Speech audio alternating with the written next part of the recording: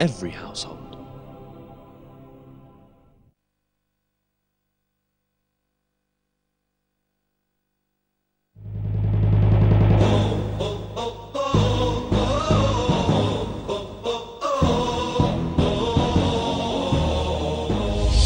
Welcome back to our special show, Spiritual Journeys, and I have been interviewing some Zawar who went on a inspirational journey to Iraq and Iran, and we've just been hearing about some of the things that we can gain from doing the physical ziyarah, aside from the fact that it has been recommended, as we know, by Imam Sadiq alayhi salam, if we can, to visit Imam Hussein alayhi salam at least once a year.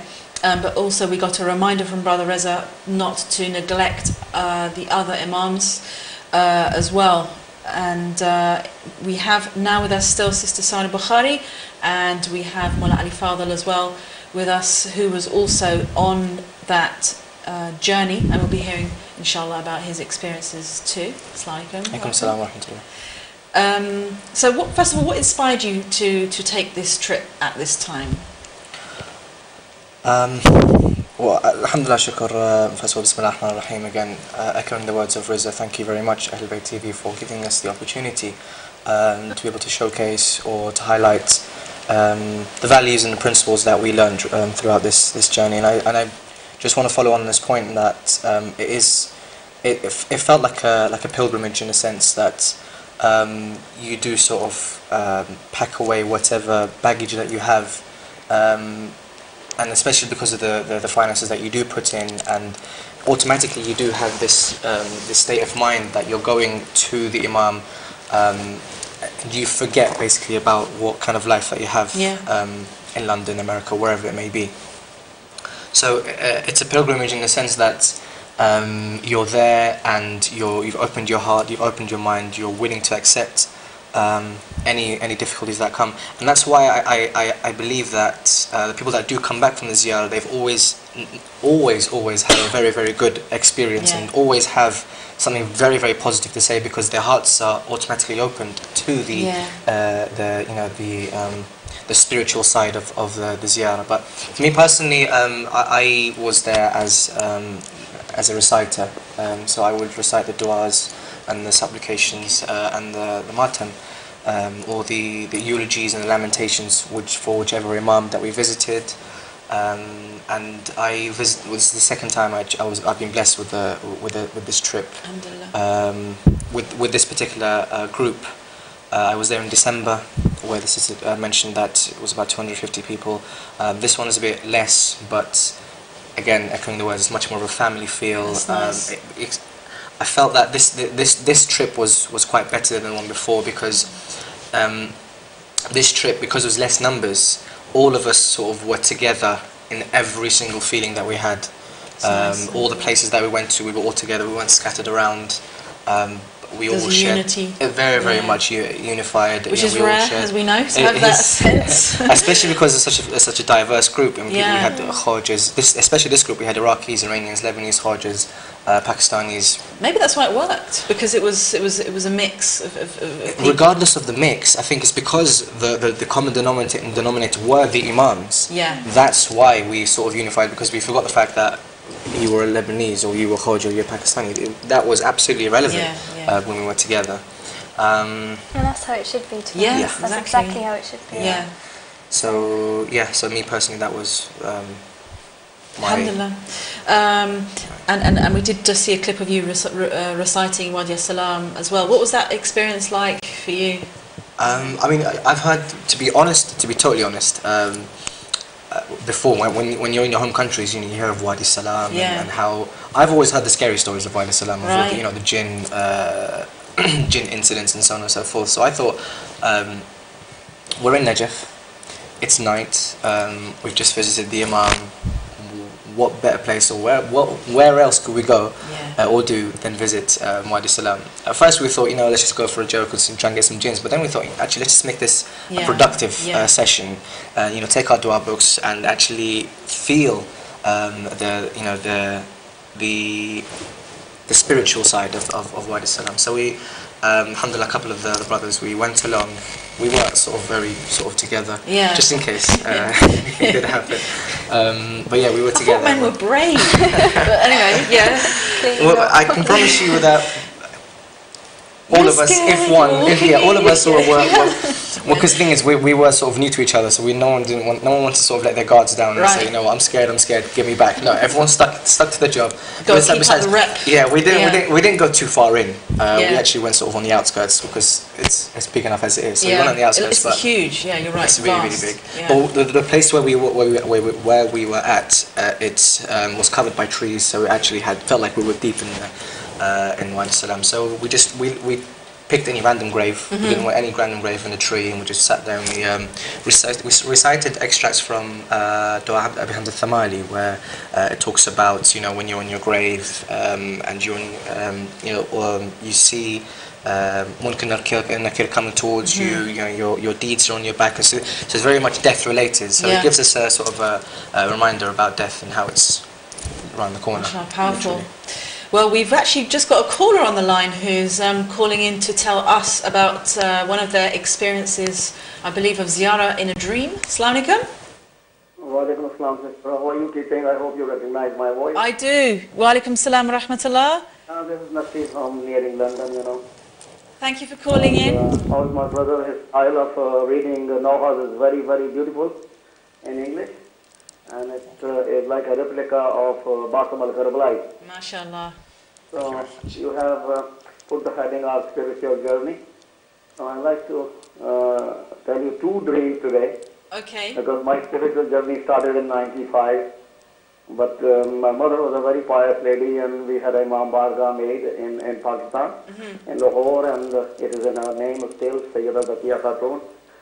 And Hazrat Abbas came to her deen to put the alam on the house, and you know, my dad just listened, and you know, 1 day passed, 2 days passed, 3 days passed, and all these 3 days my mother was looking into the dream, you know, the Hazrat Abbas is saying, put the alam on your house.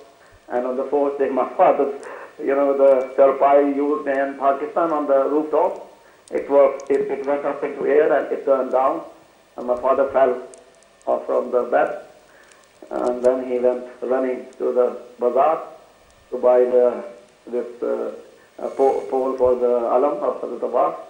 And my mom was laughing, you know, she said the bazaar will open at 10 a.m. You're running at the time of Fajr. So I come back to myself now. And the alam is still there till today, and my brothers are looking after the majalis and everything, you know. But my mother has passed away some time ago, and my father has also passed away, but the majlis which they started there, it is still going on. So I come back to myself. In '95, I used to cry very much to see Imam Hussain alayhi salatu wasalam. And you know, nearly 9-10 months passed, and one night what happened is when I slept, I saw myself into the zari of Imam Hussain alayhi salatu wasalam, inside the zari, and Imam Hussain was in front of me, about a distance of 1.5 feet, and it was kullo noor. And when I got up, my whole body was like, you know, somebody had given you a dip in pond of water.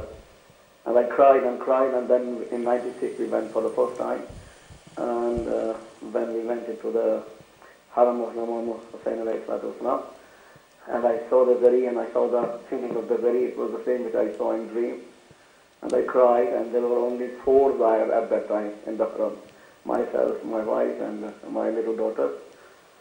Beautiful. And that was a beautiful experience. Then I went to Hajj in '98, and that was also a very beautiful experience.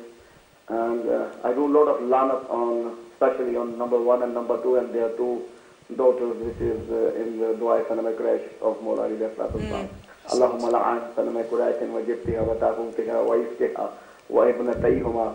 So I said to Rasulullah that I'll do salam to you later on, but first I will do lanat on these, because they gave a lot of trouble to your daughter, they killed your daughter, and they gave a lot of trouble to Mawla Ali because they didn't listen to what Rasulullah said to them. and they backed off actually on their heels after the passing away of Rasulullah. So what I saw was that again I was standing on the feet side of Rasulullah's grave, and what I saw in the dream was that Rasulullah's grave started moving, like shaking, and Rasulullah came out up to the like belly button. Yeah. And he didn't have clothes on him, and he held my head in both his hands, and believe you me, I was so fascinated and so I was enjoying like I have never enjoyed in my life when my head was in his hand, and he pushed my head towards his body, and he put my head and on just on the chest, and I don't know what I've done, except that I remember that do a lot of lanas, on these Katalan is the and that is really, they give you reward like anything, I think if you have sincerity, if you have a big experience for me that Rasulullah has taken my head into his both hands. That's very and beautiful. He has taken my head and put it on his chest, Thank you very much. Thank you very much for calling in and sharing us. We're just a little bit short of time, so we had to just finish our conversation there. But thank you for that. I mean, it's interesting that you can actually do well. If you do have sincerity in your heart, you might be blessed with doing ziara in your dreams, as our caller was blessed with having that as well. I mean, as you said, Ali, you were talking about the matam, and we are going to, inshallah, have a clip coming up about matam for Hazrat Abbas alayhi salam. What is obviously many of our viewers will know what is the significance of it, but for the benefit of viewers who might not, I mean, this is something that, people, they look at lovers of Ahlul Bayt and they say, this isn't, this is much, extreme, well, what is all this? Why are they doing that? And so why? I mean, it is something very powerful. It's a way of expressing your grief. But what is the significance of doing that?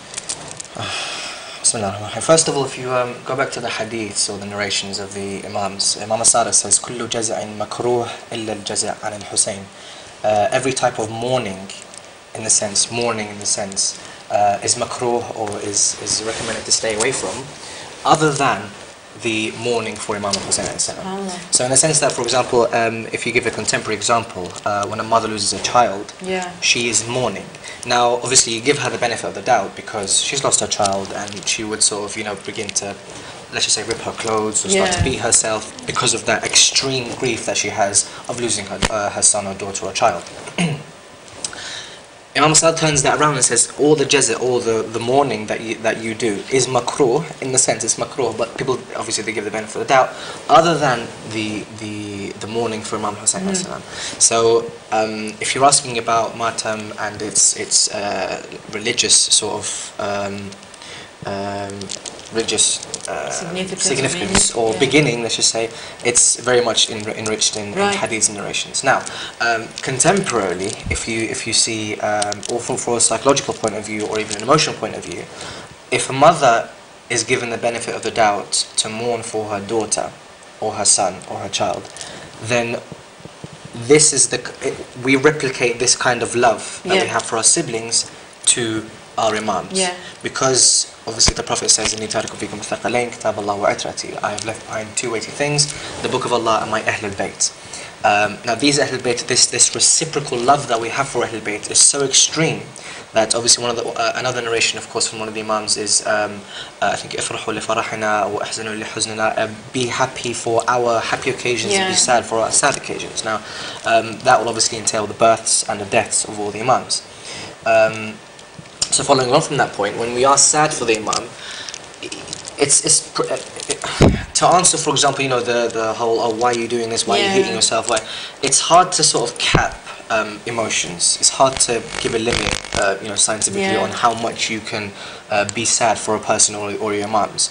The fact of the matter is that you're allowed to show grief for Imam al-Hussein alayhi salam, because I think Imam al-Khomeini mentioned that, you know, with the tears of Hussein, we managed to overthrow a revolution or something along those lines. So to the extent where a religious scholar uses the fact that the tears and the grief and the whole unity that was shown when you're grieving for Imam Hussein alayhi salam, that can overthrow an empire. That's the extent of the emphasis or the power behind this show of grief.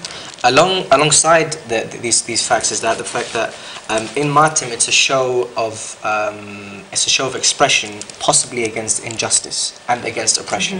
In the sense that if you look at Iraq during the Saddam era, people were decapitated. People, you know, their limbs were torn off because of the fact that they wanted to do a ziara for Imam Hussein alayhi salam. And because of the fact that they showed any sort of grief or lamentation for Imam Hussein alayhi salam. So in that sense, you know, the martyrdom is a show of expression against injustice or against oppression. Now, also, the martyrdom is just to, I mean, no one can replicate the feelings that the imams or any of the children of the imams felt when they were going through their deaths. For example, whether they were poisoned or whether they were slaughtered, like Imam Hussein alayhi salam. There's no feeling in this world that can replicate that feeling, especially the children and the women and so on and so forth. But the martyrdom that we do is just to get some sort of taster. A significant taster of how they possibly could have felt. That's why during this trip we did walk the 3 kilometers, as Brother Reza said. We did walk those 3 kilometers because we wanted to replicate the steps of Sayyidah Zainab as she was returning back to Karbala.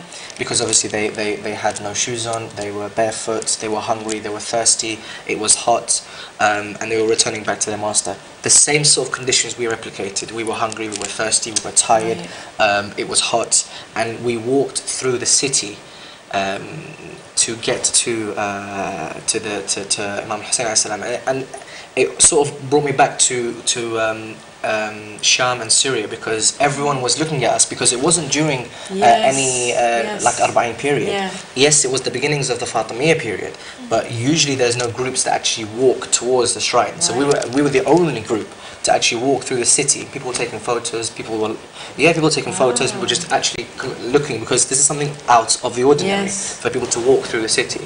So again, if you close your eyes, you look at these scenes and you close your eyes, you begin to taste or feel what it was like for Sayyidah Zainab and the women and the children to walk through Sham and to reach Yazid. So all of these put together is possibly why you know, Matam is a very significant part of the it's like a pivot tradition, around which so many other meanings are gathered. Yes, you know, injustice, oppression, grief, sorrow. There's loads of values that you can take from Matam. Thank you. Well, we're just going to take a look at a clip of the Matam that was done for Hazrat Abbas alayhi salam.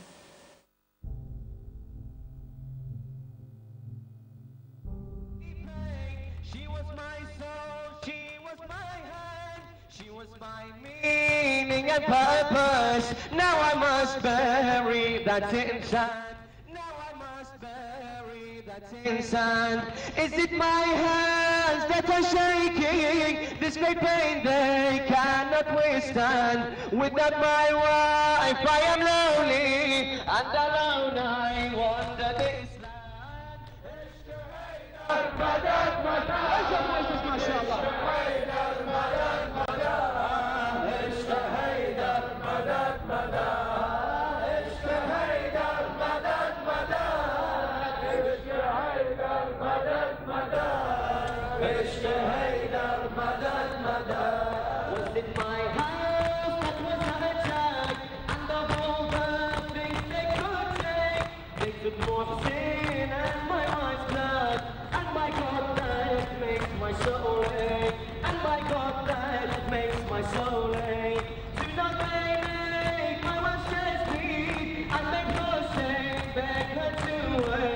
And now my blood is on my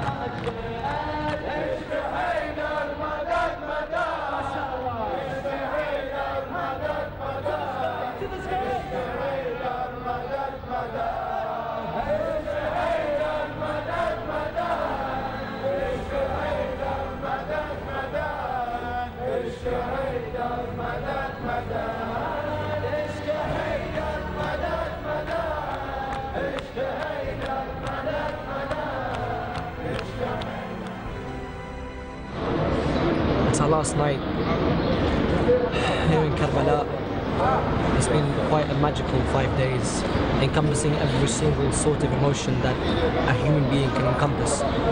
Be it sadness, be it distraughtness, be it depression, be it laughter, be it smiling for the sake of Allah subhanahu wa ta'ala. Every sort of emotion that you can think of has been encompassed within these 5 days. So that was some matam in the haram. Was it the haram of Hazrat Abbas? Yes, it was the haram of Abu Fadl Abbas. Just to sort of clarify one point, it was pointed out to me actually that if I mentioned a couple of points from narrations, people might say, well, you know what, these are your imams, you take them as your guide and your inspirations, but we don't. But if in terms of the matam, if I was to, the concept of grief, let's just say, if I was to put that back to the Quran, Prophet Yaqub, cried year in, year out for his son, Prophet Yusuf, and he went blind because of the fact that he was grieving over the loss of his son. So take that principle and put it into the matam, and it's and that's why the scholars obviously have made it permissible to grieve for Imam Hussein. Thank you. That's a good reminder. We've just got a couple of minutes before we wrap up, and Saarah, you sadly will have to leave us for the last part of the show. So we haven't talked about Iran, but inshallah we'll be covering the part of the journey to Iran just briefly in a couple of minutes. So you left Iraq, and then did you fly up to Iran? Yeah, actually we were really blessed because our Karbala flight was meant to be in the night, and we went to the Haram one day. Everyone was in an extreme rush. We were filming, and the last night we got back to the hotel and they were like, our flight's been delayed till the morning. So we actually got the blessing of going back to Najaf. Wow. We ate in the Haram, next to the Haram of Imam Ali alayhi salam, and it was my father's birthday. And it was such a blessed day. And from there we went to Mashhad. So actually within 24 hours we were in Karbala, Najaf, Mashhad. Amazing. And yeah, so we flew there, and Mashhad, again, it was an extremely unique experience being with Mum Rida. It was a lot more peaceful because we just left Iraq. We were all really emotional leaving our imams. And going back to Mashhad was like finding peace within yourself again. So alhamdulillah. I noticed that about the difference of the harams. Imam Rida is that there's this kind of tranquility when you go in there. Definitely. All the burdens are lifted. The moment I first went into the courtyard, because there's like layers of courtyards to get to that shrine. So the moment we reached the first courtyard, there was this angelic voice of a dua reciter. And Iranians are very famous for their duas, and I'll give you that. But this person had an amazing voice, and it was going around the whole courtyards. So it was like Sarah said, it was very much a contrast between the buzz of the Fatimiyya period in Karbala and Samarra, the injustice and the tears and so on and so forth. To reach Imam Rida was just a relaxation period, just to take in Imam Rida and his his extravagance, the extravagant nature of and that shrine is really amazing. Well, sadly, we have to say ma salama to Sister Saarah Bokhari. Thank you very much for having me on here. Thank you. Thank you, and you will be back, Mawla Ali, after the break, after Salah. Thank you for watching, and inshallah, we will see you in about 10 minutes after Salah. Assalamu alaikum.